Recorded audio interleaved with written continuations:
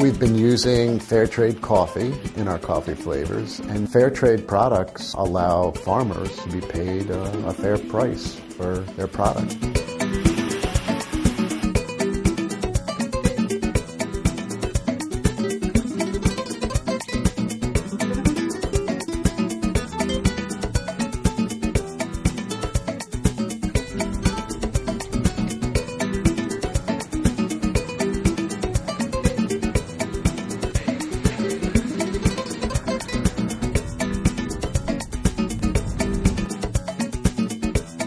This is a coffee nursery where they take the beans and they plant them in these little black bags, and when they first come up from the ground they're called solidatos. And this was what was planted, and it germinated and then came up through the soil from there.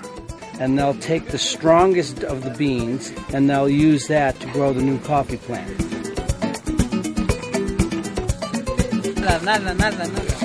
Saying there's no chemicals around here at all. Everything's just natural fertilizer, leaves falling from the banana trees and other palms. Orgánico, ya nada. Bueno. Yep, from the very beginning it starts off on organic matter.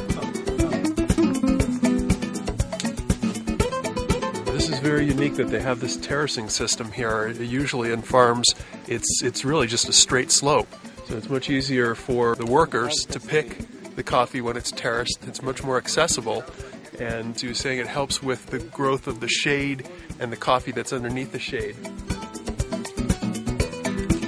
This is a good example why coffee has to be all hand-picked, because on this one limb you have coffee that is totally underdeveloped and green, you have coffee that's starting to develop, and then you have coffee that's perfectly developed. But machines can't do this because they can't get in here and they can't differentiate between ripe and unripe.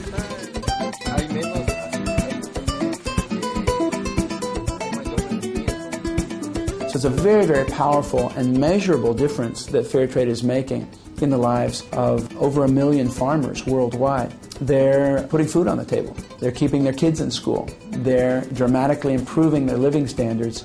And obviously it's making a difference in the lives of thousands and thousands of farmers. This is the red beans. And the machine squeezes it and have 2 beans, okay? That we call pergamino.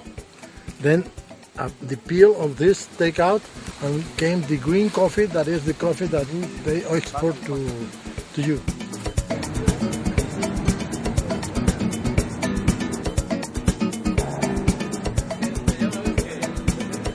Once they have about 40 tons of coffee, they start to working and go to this machine and take the leaves out.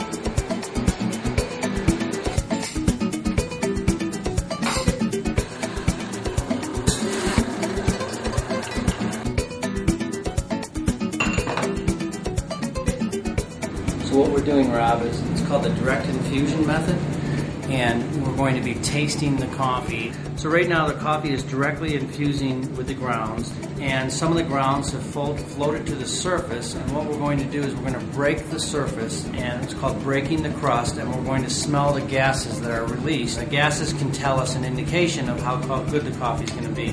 Then we're going to wait a few minutes for the coffee to cool, we're going to skim off the top, and then we're going to taste the coffee. And we'll taste the coffee when it's hot, and we'll taste the coffee when it's cool, because it changes flavor over time. The process is called cupping.